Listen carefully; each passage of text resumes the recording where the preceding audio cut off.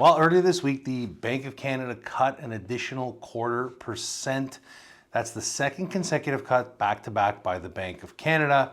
And while many Canadians are rejoicing this most recent rate cut, I think there's a lot of information that we need to pay close attention to, especially from the Bank of Canada.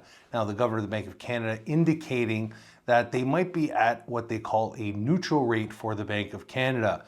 In a nutshell, that means they might be in a position right now to pause for the next few rate announcements, ultimately depending on the data. And this is coming directly from the Governor of the Bank of Canada. So this week, what I want to do is unpack a little bit more about the most recent press conference, what the Governor, Deputy Governor, Governing Council decided, break it down and talk about what this could mean for Canadians, whether you're renewing your mortgage or you're looking to get a variable rate mortgage, purchase a home, a lot of things that you need to consider, all that and more this week.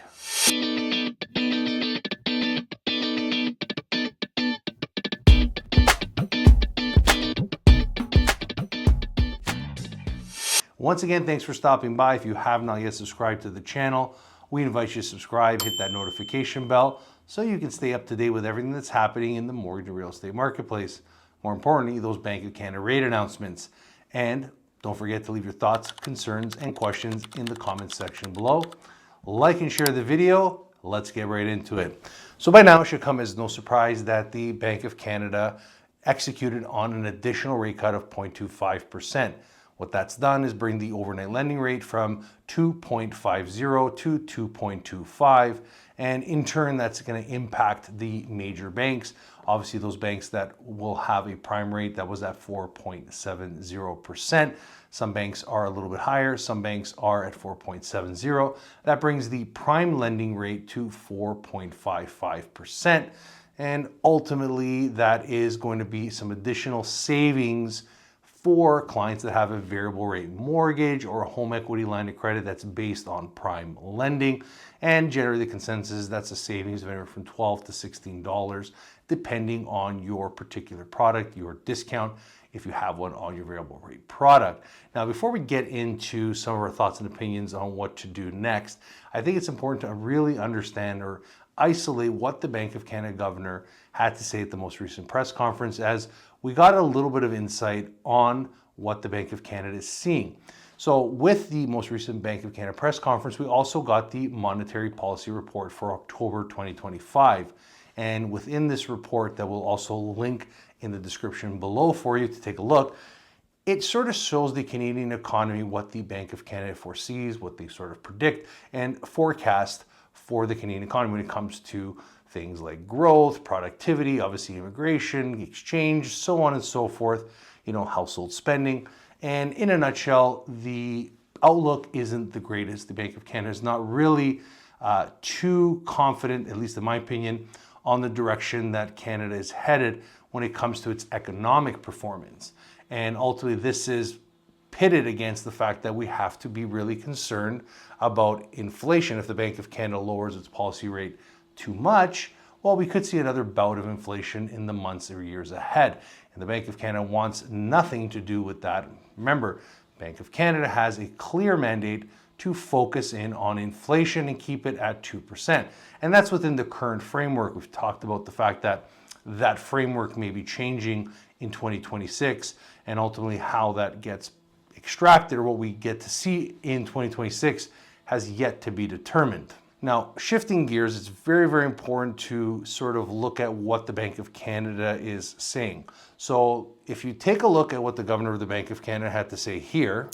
We're now at the lower end of our range of neutral. So monetary policy is providing some stimulus. But as I tried to outline in my opening remarks, the role of monetary policy in the current situation is somewhat limited. What we interpret that to mean is that if the Bank of Canada remains, in line, or what they see, the forecast, the MPR, if it remains in line with their expectation, that they potentially do not see a need to cut its policy rate. Remember, the Bank of Canada went through a massive upset for many Canadians when it did adjust its policy rate significantly and aggressively back in 2022 into 2023. And obviously those were some major moves, right? So we didn't just see a 0.25%. We saw some that were 0.5%, some that was a full percentage point. And ultimately on the way down, it's a little bit more gradual. It's a little bit slower paced with some pauses in between. And the Bank of Canada is obviously going to be super data dependent, and to ensure that the Canadian economy still continues to chug along, even though modestly it doesn't want to upset the Canadian economy by lowering its policy rate too quickly and then obviously spurring on inflation. Now, within all this economic outlook, the major catalyst obviously should come as no surprise. And if you think about the trajectory that the Bank of Canada was on as early as January, prior to any of these tariffs and these negotiations that we see, or lack thereof, ultimately referring to what's happening right now with the Liberal government, obviously not being in conversations with Donald Trump's administration about tariff talks, about negotiations as a result of, the Ontario government, the Ford government, and that ad. Ultimately, this is another conversation entirely, but we have to understand that this volatility plays into the hands of every single Canadian in the sense of their business, especially for those that are self-employed, import, export, manufacturing. Obviously, the specific industries like, aluminum, steel, and the automotive. What we're going through is not just a cyclical downturn. And what do I mean by cyclical? Cyclical means, you go down and you come back up. You go back to your previous trend path. It's not just a cyclical downturn. Part of it is a cyclical downturn. Demand for our products, particularly in the United States, is lower. And there's a cyclical element to that. But part of it is structural. The U.S. has swerved to protectionism. It's harder to do business with the United States. That has destroyed some of the capacity in this country. It's also adding costs. Businesses are looking for new markets. They're reconfiguring their supply chains. That adds costs. So, the fact that this is partly structural and the fact that it's adding costs limits the ability of, or limits the role of monetary policy in boosting demand while keeping inflation low. Why is that super important? Because the Bank of Canada themselves, they don't have the ability to target those particular elements of the economy or of businesses. The Bank of Canada has a blunt instrument that they can sort of lower rates across the board to make spending a little bit less expensive, right? By allowing debt to be a little bit cheaper and basically allow businesses to borrow. So the economy is, the monetary policy part of the economy can be controlled by the Bank of Canada. Monetary policy can't target specific sectors. It can't target the hard-hit sectors, aluminum, steel, autos. It can't help companies find new markets. It can't help companies reconfigure their supply chains. However, the fiscal policy, which is the government themselves, which is tabling a budget next week, they can directly impact how the industry or those sectors get basically rewarded or not rewarded, or compensation or stimulus or plans to help those particularly targeted or industry impacted by those industries that are impacted by tariffs. So we have to see how this next budget plays out, if it's passed, if it's voted on. But once again, the Bank of Canada cannot influence that. It wants to stay in its lanes. You're right. I do like to stay in my lane, and I will stay in my lane. So there's things that the Bank of Canada can and cannot do. So it has to focus on what it can do. And what it can do is make sure, or what it will do is to make sure that inflation doesn't tick back up. So when we take all that, and ultimately I encourage you to watch the press conference, or if you want to put a link to the actual conference, the questions and what the governor and the deputy governor responded to, I think it helps you formulate your own decision on where things could be headed. And with that, a lot of conversations with clients right now that we're having is whether or not to take on that fixed rate variable. This begins to be the biggest conversation. And although there are a lot of voices on the internet, on YouTube, social media saying, hey, risk reward on the variable. Ultimately, it's super important. We've been a big proponent of this on the channel. It's literally about your appetite to risk. It's about your financial budget.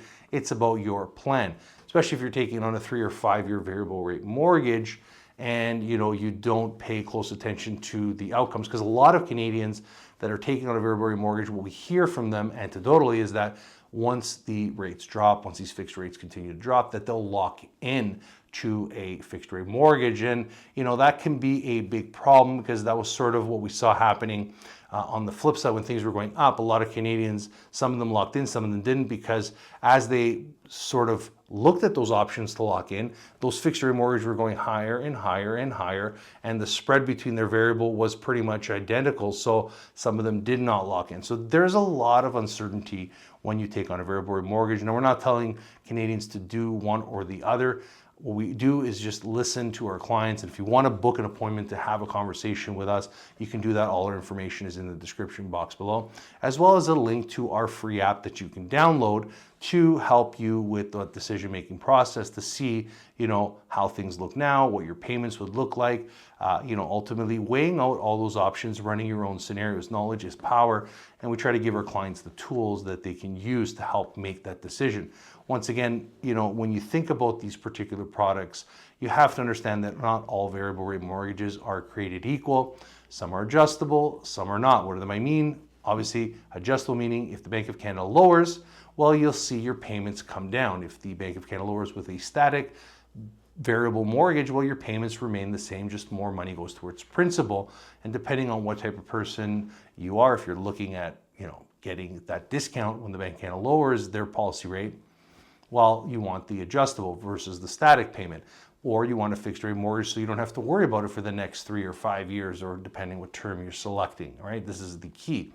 And ultimately, at the end of the day, with the Bank of Canada signaling that we could potentially be at a position where we've hit that neutral rate, we may not be moving any lower depending on the outcomes or the performance or the alignment with their NPR, right? Obviously, the Bank of Canada should come as no surprise. If the Bank of Canada feels that the economy is suffering, it may do a further rate cut. It may continue to cut rates, but it does risk the fact that inflation could rear its ugly head. So when you're selecting that mortgage, you need to understand that whatever happens to the left side of the equation will impact the right side of the equation eventually. So having a conversation with a mortgage professional to sort of weigh out those options, even to discuss things that you may have not thought about, is always going to be worth its weight in gold and can keep thousands of dollars in your pocket. And once again, that is something that you need to consider. Let us know your thoughts. You think the Bank of Canada is going to cut in December? I mean, that's the next time they're meeting, and ultimately that will round out 2025. So let me hear from you in the comment section below. But more importantly, let's go Blue Jays. Let's see if we can make it happen. Let's see if we can bring back, the Jays 92, 93. I remember being a kid, 91, 92, 93. Those were some great years. I remember that. And it would be great to see Toronto take home a World Series. Well deserved, but let me know if you think it's going to happen in the comment section below. But until then, we'll see you all next week. Thanks for stopping by.